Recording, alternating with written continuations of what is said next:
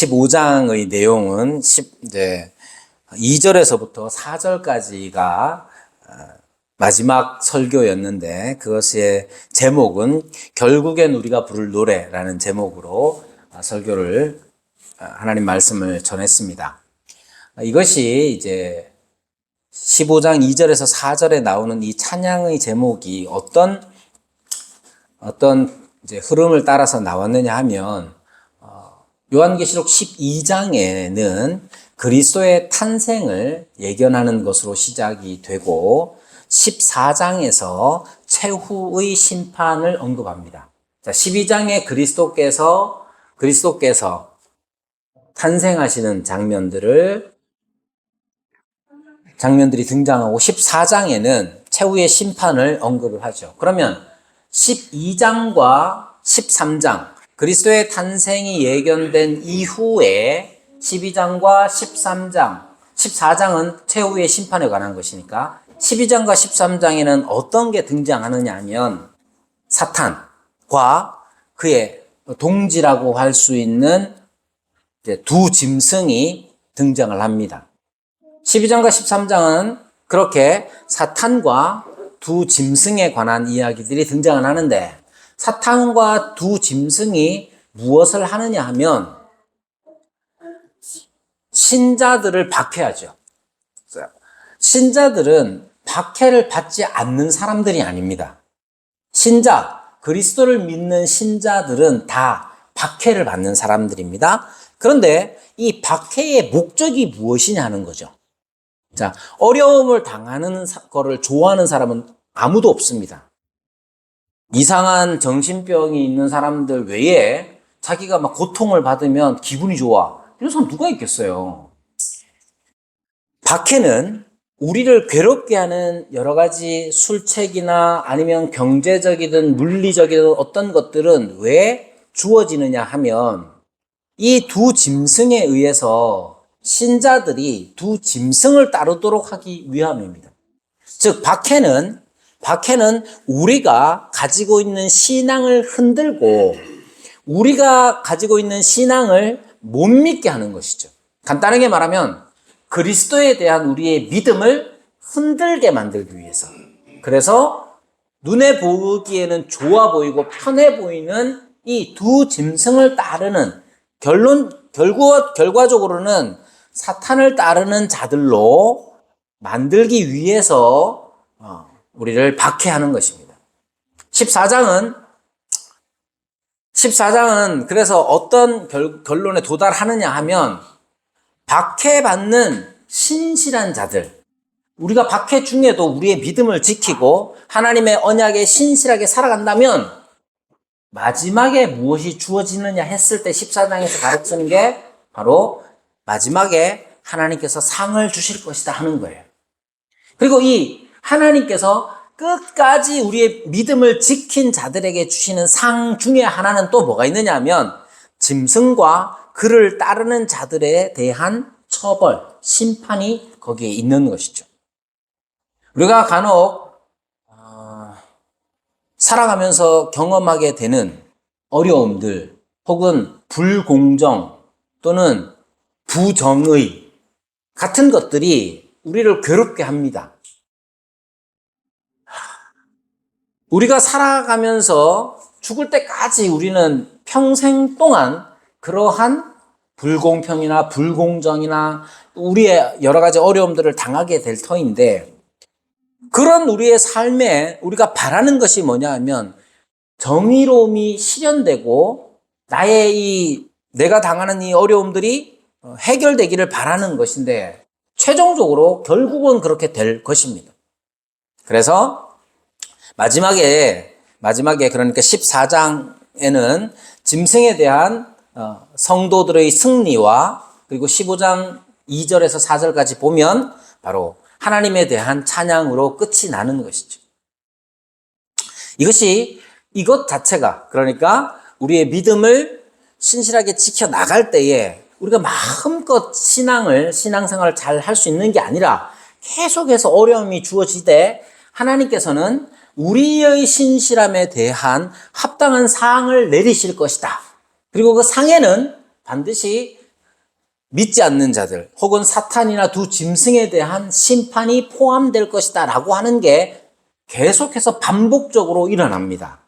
그게 4장과 5장, 4장과 5장에서도 그렇게 나타나고 우리가 이미 들었지만 잊어버린 인심판, 나팔심판 다 똑같은 주제로 반복됩니다.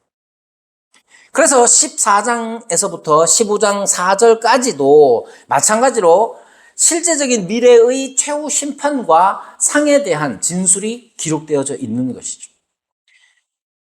이렇게 하나님께서는 요한계시록 4장과 5장에서 그리고 인심판과 나팔심판에서 계속해서 반복적으로 내용들이 반복되고 있다는 사실을 우리가 아는 것이 중요합니다. 하나님께서는 이렇게 최종적인 심판에 대해서 분명히 말씀해 주셨다 하는 점을 우리가 너무 쉽게 간과할 때가 많습니다. 여러분, 신채호의 말로 알려져 있는 역사를 잊은 민족에게 뭐가 없노? 창건아, 그렇지. 미래가 없어요. 똑바로 안 앉는 창건이에게 뭐가 있겠노? 그렇지. 자, 여러분, 역사를 잊은 민족에게 미래가 없다는 말은 역사 속에서 우리가 배워야 할 것들을 잘 배우고 진정한 가치가 무엇인지를 알아야 한다는 것이겠죠. 자, 오늘 우리가 요한계시록에서 배워야 하는 것은 하나님께서 계시로 우리에게 보여주신 하나님의 전체적인 계획입니다. 하나님의 전체적인 계획, 그것은 뭐냐? 하나님의 말씀에 신실한 자들이 평생 동안 편하게 산다는 게 아니고 여러 가지 어려움이 있을 것이다. 그런데 하나님은 그 여러 가지 어려움을 당하는 중에도 신자들을 보호할 것인데 그 신자들을 보호하시는 하나님의 은혜에 우리가 믿음을 가지고 반응하고 계속해서 견뎌야 한다는 거예요. 그러면 최종적인 상과 최종적인 심판이 온다는 거예요. 여러분, 이걸 다시 말씀드립니다. 요한계시록에서 4장과 5장에서 그리고 인심판과 나팔심판과 대접심판, 마지막 대접심판인데 대접심판에서 계속해서 반복하고 있습니다. 하나님은 항상 미래의 일을 알려주셨습니다. 그런데 여러분, 성경에 나타나는 미래의 일, 구약에서 미래에 대한 예언의 말씀이 뭐냐? 크게 두 가지입니다. 크게 두 가지. 항상 성경에 나오는 예언, 미래에 관한 말씀을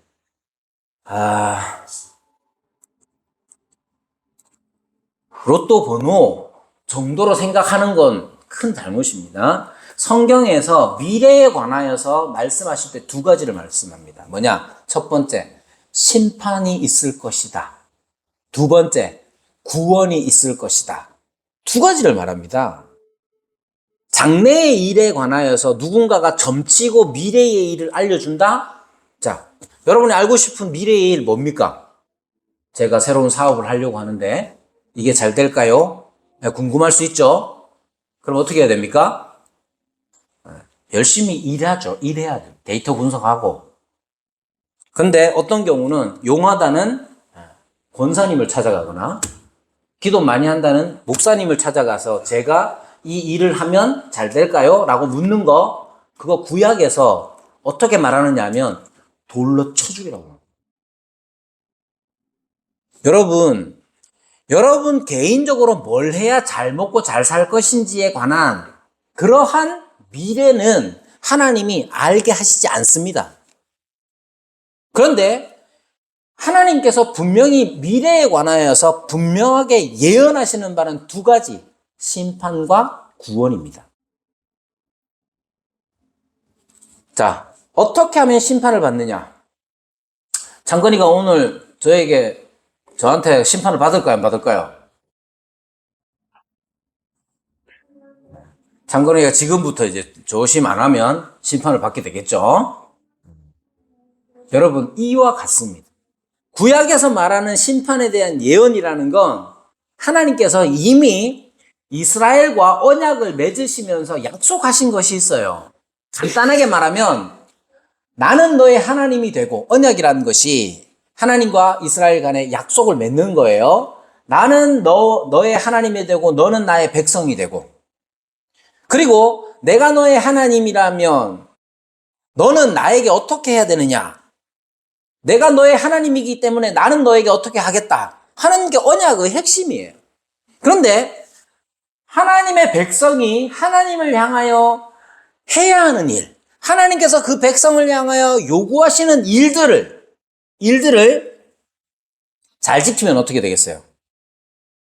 잘 지키면 들어가도 나가도 복을 받는 거예요. 못 지키면 어떻게 되겠어요? 못 지키면 어떻게 되느냐? 심판받는 거예요. 그러니까 구약에 나와 있는 예언, 장래의 일을 말할 때에 선지자들이 말한 예언 내용이 뭡니까? 이스라엘 너 망할 거야. 애굽 너 망할 거야. 에돔 너 하나님 앞에 심판받을 거야. 왜 그렇게 말합니까? 이미 주어진 하나님의 말씀을 제대로 순종하지 않으면 어떻게 되느냐? 그걸 이미 언약을 체결할 때에 말씀해 주셨단 말이에요. 그것이 바로 성경에서 말하는 예언입니다. 예언의 핵심은 거기에 있어요. 내가 뭐 먹고 살 건지, 내가 뭐 먹고 어떤 일을 해야 잘 될 건지, 그것에 대해서는 한 걸음 한 걸음 최선을 다하여 준비하면서 하나님께서 나를 돌보시려는 믿음 가운데 한 걸음 한 걸음 나아가면 되는 거예요.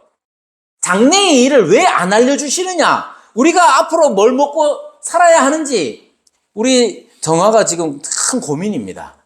고등학교는 갔는데 대학교를 어디를 가야 될지, 문과를 가야 될지 이과를 가야 될지 고민입니다. 어떻게 해야 되겠어요? 아빠가 기도 많이 하고 정아야 너는 이러고 뭐 학교를 지정해줘, 이런 짓을 하면 안 되는 거예요. 그냥 지금 잘 모르는 상태인데, 지금 잘 모르는 상태이기 때문에 뭘 해야 되느냐?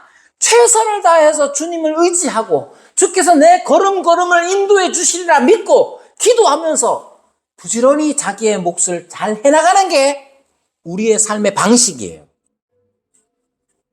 그런데 미래에 관해서는 분명히 해야 됩니다. 하루하루를 살아가면서 내가 하나님의 언약에 신실하지 못하면 어떻게 되겠어요? 내가 하나님의 말씀을 업신여기고 하나님의 말씀을 귀히 여기지 않고 오늘 하루를 살아가. 내 관심은 오직 내가 뭘 하면 돈을 많이 버느냐, 내가 뭘 하면 좀 더 인기를 얻느냐 라는 것에만 관심이 있으면 심판이 임할 겁니다. 하나님의 예언의 말씀에 또 하나는 구원에 대한 약속입니다. 심판 중에도, 그러니까 여러 가지 어려움 중에서도 끝까지 언약에 신실한 자들은 하나님 어떻게 해주시겠어요? 하나님 구원해 주신단 말이에요. 이스라엘 역사에 있어서 이스라엘은 전체적으로 우상 숭배를 벗어나지 못했습니다. 남유다나 북이스라엘이나 다 같이 우상 숭배에서 벗어나지 못했어요. 그래서 어떻게 됐습니까? 망했죠. 민족적으로 망했습니다. 그런데 그 중에서도 그루터기와 같은 남은 자들이 있었던 거예요. 그 남은 자들이 그 역경 속에서도, 바벨론의 그 큰 환난 속에서도 굳건히 자기 믿음을 지켰던 거예요. 예루살렘이 무너지는 그 상황 속에서도, 성전이 회파되는 그 상황 속에서도 하나님을 향한 믿음을 간직한 자들에게 주시는 하나님의 말씀이 뭡니까? 내가 너를 구원하여 구원자, 메시아를 너에게 보내겠다는 거예요. 그 약속은 이루어지죠. 요한계시록은 성경에 나오는 이 심판과 구원에 관한 이 예언의 말씀입니다. 누가 심판받습니까? 언약에 신실하지 않는 자들이 심판받습니다. 언약에 신실한 자들, 신실한 신자들을 유혹하여 딴 길로 가게 하는 사탄과 두 짐승 심판을 받습니다. 짐승과 사탄의 집요하고 폭력적인 그 박해 속에서 그래도 하나님을 믿는 신자는 어떻게 됩니까? 구원을 받습니다. 이게 요한계시록에서 가르치는 거예요. 너무나 자주 그리고 너무나 선명하게 우리 주님은 심판과 구원에 관하여서 요한계시록에서 말씀하고 계십니다. 여러분 막 용도 나오고 막 여자도 나오고 막 바벨론이 어떻고 막 하잖아요. 핵심은 이겁니다. 하나님은 언약의 신실한 자, 신자들을 구원하신다. 하나님은 우리를 어렵게 하고 미혹하는 그 두 짐승과 사탄의 세력을 하나님은 최종적으로 심판하실 것이다. 그리고 그 과정에서 하나님은 신자들을 보호하실 것이다. 그것이 바로 요한계시록의 말씀입니다. 그럼 우리는 어떻게 해야 됩니까? 이 사실을 여러분 믿습니까? 그 믿음을 보이셔야 됩니다. 15장 5절은 이렇게 시작합니다. 또 이 일 후에 내가 보니 하늘에 증거 장막의 성전이 열리며 이렇게 시작을 하죠. 이것은 이 5절은 1절에서 이미 시작되었지만 2절과 4절에서 최종적으로 우리가 하나님 앞에서 부를 그 영광스러운 노래에 관하여서 잠깐 언급한 다음에 다시 대접 심판의 서론을 시작하는 겁니다. 자, 인심판, 나팔심판이 끝나고 이제 대접 심판에 관하여서 말합니다. 계속 반복하여 말씀드리는 것처럼 이 인심판도 나팔심판도 다 마찬가지로 하나님께서 어떤 박해 속에서 어떻게 구원하셔서 최종적으로 심판하신다. 우리를 구원하시고 심판하신다는 내용인 것처럼. 그래서 15장 2절에서 4절까지는 그 나팔 심판이 말하는 최종 심판 다음에 우리가 부를 노래에 대해서 말하는 거예요. 그리고 다시 5절에서 이제 시작되는 대접 심판의 서론을 이야기하는 겁니다. 또 이 일 후에 내가 보니 라는 이 문구는 계속해서 반복적으로 나오는데 항상 새로운 이 환상의 계시를 시작하는 것을 표시하는 것이죠. 그래서 새로운, 즉 대접 심판 시리즈가 여기에서 시작된다는 것을 알려주는 겁니다. 요한은 그래서 본 것이 무엇이냐면 하늘의 증거 장막의 성전이 열리는 것을 봅니다. 증거 장막, 이거 신천지가 맨 처음 쓰던 말인데, 자, 성전은 성전인데 어떤 성전이냐 했을 때 성전을 증거 장막의 성전이라고 이렇게 묘사하고 있는 겁니다. 그러면 이 성전이라는 것은 증거 장막과 같은 그러한 요소를 가지고 있는 겁니다. 자, 증거 장막이라고 했을 때 이 증거는 뭐냐면 십계명을 의미합니다. 십계명. 자, 그것에 대해서 출애굽기 25장에 나타나고 있습니다. 증거는 십계명이고 증거 장막은 뭐냐? 증거 장막은 당연히 성막이죠. 자, 십계명 돌판을 어떻게 했느냐? 상자, 궤에 넣죠. 그걸 증거궤, 언약궤라고 말합니다. 그것이 어디에 있었습니까? 성막의 혹은 성전의 지성소에 있었던 것이죠. 그래서 증거 장막이라는 것은 바로 성전 혹은 성막을 의미하는 겁니다. 그리고 그 증거 장막은 광야에서 이스라엘 가운데에 있었습니다. 자, 여기에서 증거라는 왜 그러면 십계명 돌판을 증거라고 하느냐 하면 이 십계명으로 대변되는 이 여호와의 율법 이것 자체가 무엇을 나타내느냐면 자, 이런 거예요. 자, 제가 이런 말 할 때마다 반복적으로 얘기하지만 제가 밥 먹을 때 제일 잘 아는 사람이 여기서 우리 집 애들하고 창건일 텐데 밥 먹을 때 어떻게 하라고 막 가르칩니다. 보세요. 제가 밥 먹을 때 우리 애들한테 야 그거 하지 마. 밥 먹을 때 말하지 마. 뭐 이렇게 말한단 말이에요. 그러한 규율 자체는 내가 어떤 사람인지를 나타내는 거예요. 하나님께서 계명을 주시잖아요.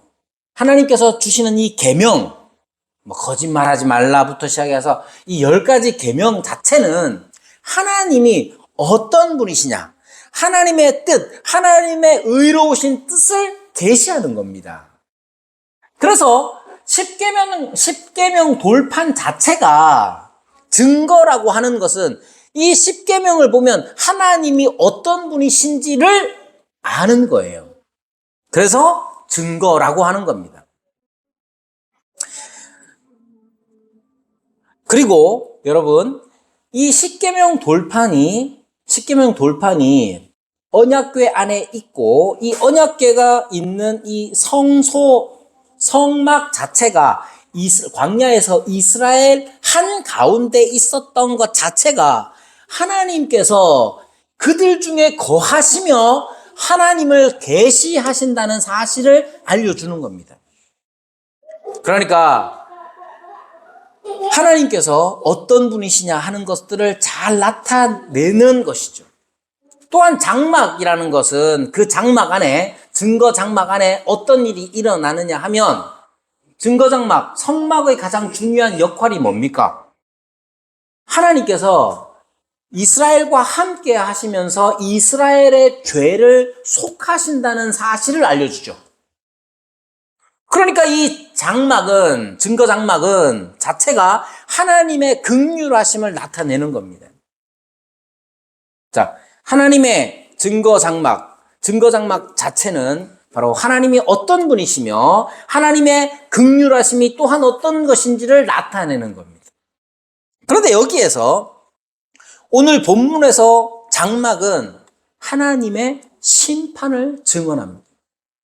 왜냐하면 5절에서 장막이 소개되는 것은 장막이 이후에 나오는 대접 심판의 재앙들의 원천임을 보여주기 때문입니다.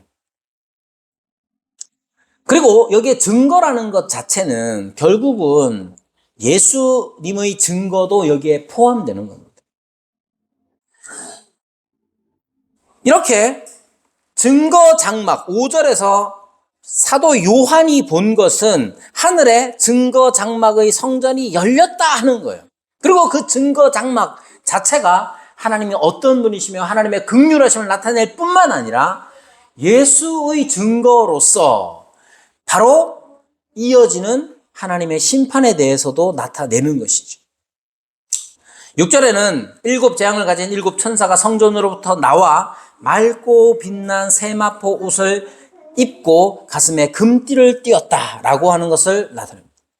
여기 7 천사가 열린 성전으로부터 나오는 장면을 나타내는데, 이 7 천사는 7 재앙을 가지고 있죠.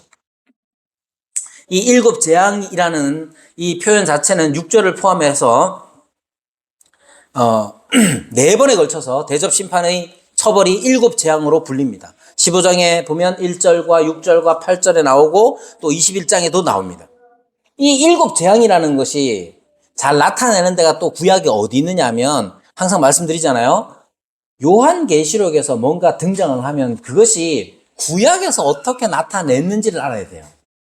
알겠죠? 황충. 그러면 황충이 뭐냐 했을 때 자꾸만 미래의 황충이 무엇일까를 알아보는 거, 그거 옳지 않습니다. 황충, 그러면 그것이 과거에 어떠했느냐, 어떻게 성경에 등장했느냐를 아는 게 우선입니다. 여기에 7 재앙이라는 것도 레위기 26장에 나타납니다. 레위기 26장에 보면 21절에 보면 너희가 나를 거슬러 내게 청종하지 아니할진대 내가 너희의 죄대로 너희에게 7배나 더 재앙을 내릴 것이라, 이렇게 말합니다. 레위기 26장에는 우상 숭배를 저질렀을 때, 자기를 위하여 라는 표현이 있는데 레위기 26장에 우상 숭배를 저질렀을 때 하나님이 어떻게 하실 것이냐, 7배나 7배나 더 내리실 것이다 라고 말합니다. 그러니까 전체적으로 보면 요한계시록의 15장의 강조점은 우상 숭배에 대한 회개가 없기 때문에 갈수록 악화되는 이 심판의 강조점이 있는 겁니다. 그리고 이러한 우상숭배로 말미암는 이 심판은 결국 최후의 심판으로 끝나게 되는 것이죠. 그 일을 행하는 것에 대하여서 7 천사가 7 재앙을 가지고 나오는 것으로 표현한 거예요. 그리고 이때의 7 천사는 특징이 뭐냐? 맑고 빛난 세마포 옷을 입고 가슴에 금띠를 띠고 있다. 이거 1장에서 예수님에 관하여서 묘사할 때 사용됐던 방식입니다. 이것이 의미하는 바냐 뭐냐면 7 천사는 심판을 수행할 때에 마치 그리스도께서 인자의 대표로서 활동한다는 사실을 나타내는 것이죠. 자, 여러분 7절은 이게 이제 하나하나 설명하려니까 좀 잠이 오죠. 자, 7절에 보면 내 생물 중에 하나가 영원토록 살아계신 하나님의 진노를 가득히 담은 금대접 7을 그 7 천사들에게 주었다라고 말합니다. 여기에 이 대접이 등장하는데요. 대접은 구약에서 어디에 등장하느냐 하면 성전에서 제사장이 행하는 일과 관계를 맺고 있습니다. 역대상 28장이나 역대하 4장 같은 데 보면 성전 사역과 직결된 그릇, 그것을 금잔 혹은 금대접으로 지칭하고 있는 것이죠. 그러니까 이 천사들은 하늘에 있는 증거장막의 제단에서 대접으로 사역하고 있는 것이에요. 자, 여기에 나타나는 전체적인 장면들을 생각할 때에 어떻게 이해하느냐 하면, 자, 하늘의 성전이 열리고, 하늘 성전, 증거장막의 성전이 열리고, 7 천사가 7 재앙을 가지고 등장할 때에 금대접을 가진 거예요. 이 금대접 자체가 구약에서 성전에서 제사장들이 사용하던 그런 사역과 관련지였기 때문에 제단과 연계해서 생각을 해야 하는 거예요. 그러면 요한계시록 자체에서 제단이 등장하는 장면들이 어디에 나오느냐 하면 8장에 나옵니다. 8장에. 그리고 5장에도 나옵니다. 8장에는 성도들의 기도가 나오는데 어떤 기도를 드리느냐 하면 하나님, 우리 성도들이 억울합니다. 우리는 억울하게 죽임을 당했습니다. 그래서 어떻게 하느냐? 하나님께서 우리의 이 억울함을 풀어주십시오. 라고 하는 자신들의 정당성을 입증해 달라고 하는 성도들의 기도에 대한 응답이 8장 3절에서부터 5절에 나옵니다. 거기에 더하여서 5장 8절에서 하나님의 진노를 가득히 담은 금대접, 그것이 바로 5장 8절에서 보면 향이 가득한 금대접으로 성도들의 기도를 나타내는 것이죠. 이렇게 해서 결국 최후의 심판에 관하여서 말할 때에 이 최후의 심판이 어떻게 도래하느냐 했을 때 당연히 하나님의 뜻 가운데 일어나는 일이죠.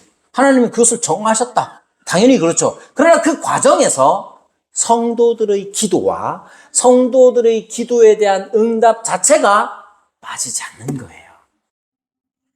이 세상에 심판이 있겠습니까? 없겠습니까? 장건아, 심판이 있겠나 없겠나? 있어. 심판이 어떻게 있느냐? 성도들이 고난 가운데 기도하기 때문에 심판이 오는 거예요. 이것만 말하는 게 아니고 당연히 하나님의 뜻이 있죠.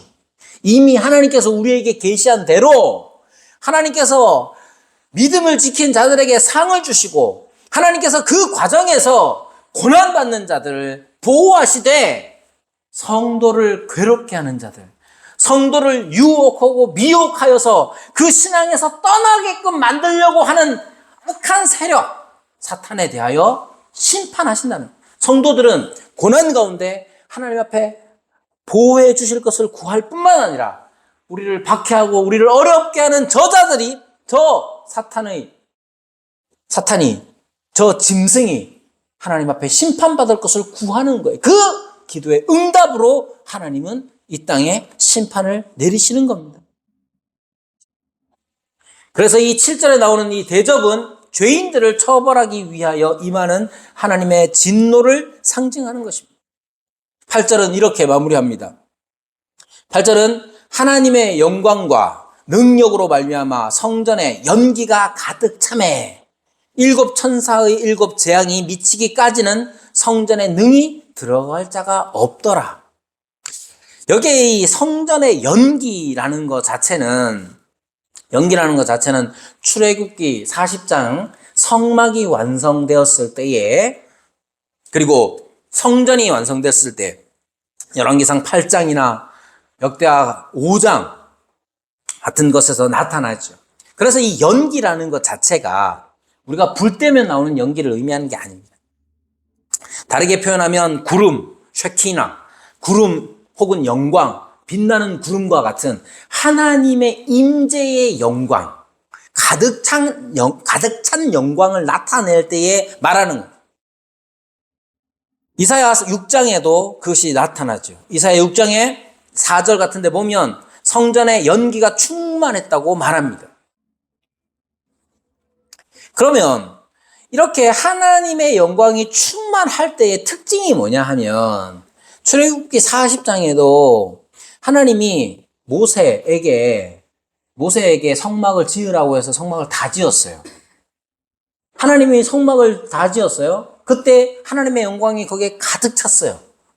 그때에 어떤 일이 일어나느냐 하면 모세와 아론이 그 성막에 들어가지를 못합니다. 왜냐? 하나님의 거룩 때문에, 하나님의 임재의 영광, 그 거룩 때문에 감히 들어가지 못합니다.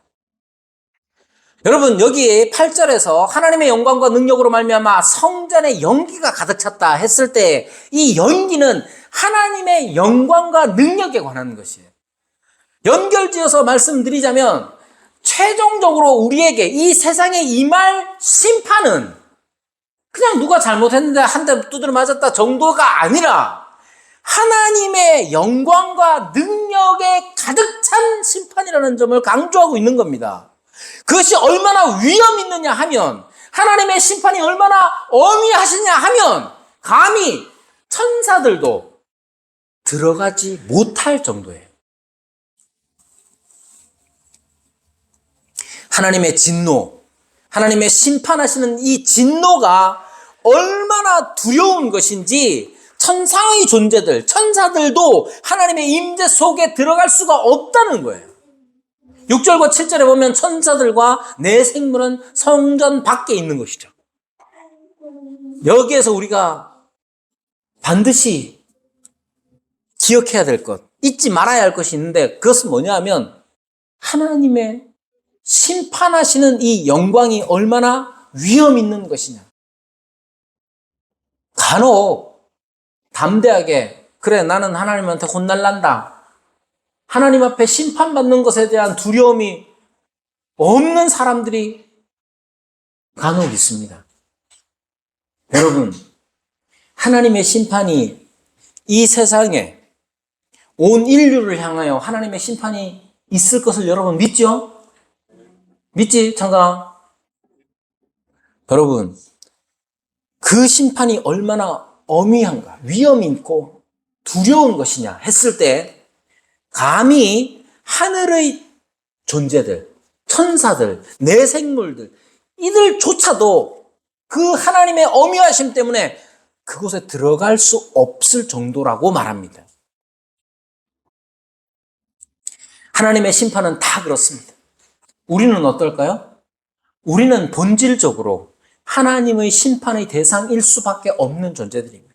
우리의 죄가 그렇습니다.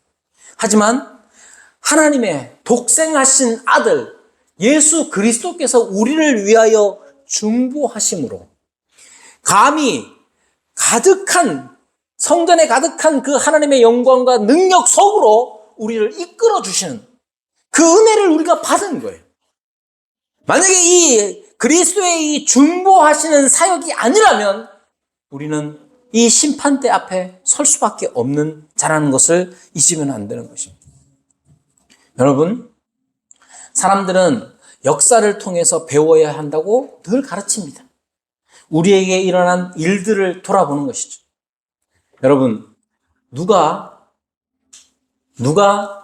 인생을 잘 사느냐, 누가 인생을 잘 사는 사람이냐 하면 자기가 겪어왔던 성공이나 실패를 통해서 배우는 사람이 인생을 잘 사는 거예요. 그렇지 않겠습니까? 우리 모두는 다 성공적으로 살 수는 없어요. 인간관계든 아니면 무슨 일이든. 부모 자식 관계에서도 마찬가지입니다. 잘하는 게 있는가 하면 못하는 것도 있을 수 있죠. 그러나 잘하는 것에서 또는 못한 것에서 내가 배울 때에 내 인생을 좀 더 잘 살아가는 거예요. 하나님께서는 성경을 통하여서 역사의 처음과 끝에 관하여서 말씀으로 다 주셨어요. 말씀을 다 주셨는데 우리는 이 말씀 속에서 우리가 인생을 잘 사는 방식에 대하여서 우리가 아는 것처럼 이 말씀, 처음과 끝에 관한 이 계시의 말씀을 통해서 우리의 신앙을 지키는 것을 배워야 합니다.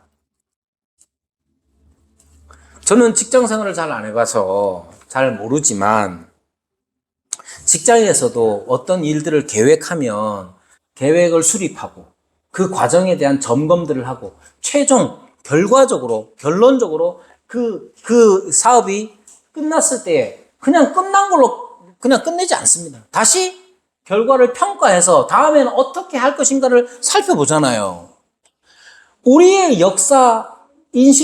역사관도 마찬가지여야 할 뿐만 아니라 우리의 신앙 또한 그래야 돼요. 여러분, 자꾸만 신앙이 자기 어려운 것에만 초점이 맞춰지고 그리고 자기 필요에만 초점이 맞춰지는 신앙은 너무 성장이 필요한 신앙입니다. 그럴 때가 있죠, 당연히. 그럴 수도 있고. 하지만 그것에만 머무르면 어린아이 같은 유치한 신앙이 될 수밖에 없어요. 다시 말씀드립니다. 성경은 우리에게 분명히 가르칩니다. 하나님과 우리는 언약 관계 안에 들어와 있어요. 그 언약 관계는 양편에서 하나님이든 우리 사람이든 간에 신실할 것을 요구하십니다. 하나님은 우리에게 언제나 신실하시죠. 다만 우리는 하나님을 향하여 신실하지 못할 때가 많아요. 그럴 때 우리에게 심판이 임한다는 사실을 잊으면 안 됩니다. 우리가 인생을 살아가면서 때로는 신실하지 못한 상황에 처해야 할 때도 있죠. 나의 죄성이. 그렇지만 여전히 하나님께서 우리를 구원하시는 분이라는 사실을 믿음으로 계속해서 나아가야 합니다. 계속해서 믿음 가운데 머물러야 합니다. 여기에 믿는다는 것은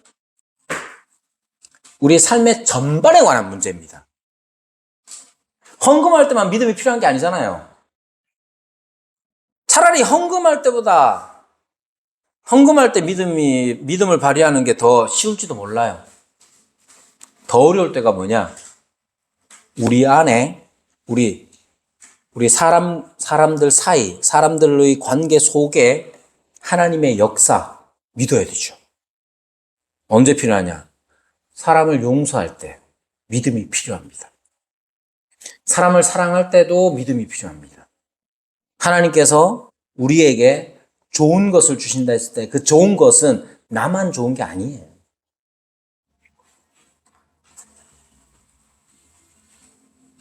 하나님을 믿는 믿음 안에서 우리는 늘상 살아가야 하되 우리가 믿음에 신실하지 못할 때에 하나님의 심판이 있다는 사실을 잊으면 안 돼요. 물론 신자들이 받는 심판이라는 것은 하나님께서 깨우치게 하는 거예요. 내가 우리 딸을 지금 오늘 딸 하나밖에 없어서 그런데 우리 딸을 혼낼 때가 자주 있습니다. 혼내는 목적이 뭐겠어요? 아이의 자존감을 무너뜨려가지고 저거 인생 못 살게 만들어야지. 그럴 리가 없잖아요. 우리가 하나님 앞에 살아갈 때에도 하나님 앞에 혼날 때 있습니다. 그건 우리가 하나님의 자녀이기 때문에 혼나는 거예요. 근데 혼내는 목적은 뭐겠어요? 얘라 죽어봐라 하시지 않습니다. 우리로 하여금 잘못된 게 무엇인지 깨닫게 하시고 그 잘못된 길에서 돌이켜서 하나님을 향한 신실함을 유지할 수 있도록 하나님은 종종 우리를 혼내십니다. 그것은 사랑의 매고, 그 사랑의 매 속에서 우리는 하나님의 사랑으로 계속 돌이키는 일들이 필요한단 말이에요. 그것이 하나님이 우리를 보호하시는 방식이고, 주님이 다시 오시는 그날까지, 종말의 때까지, 마지막 때까지 하나님이 우리를 보호하시는 방식이에요. 우리를 어렵게 하고, 우리를 시험에 들게 하고, 미혹해 하는 모든 것들은 하나님이 심판하실 겁니다. 그것을 믿으면서 우리는 하나님의 심판과 구원을 믿는 믿음 안에서 살아가요. 그것이 바로 하늘의 증거 장막 성전에서 일어나는 일임을 기억하시기 바랍니다.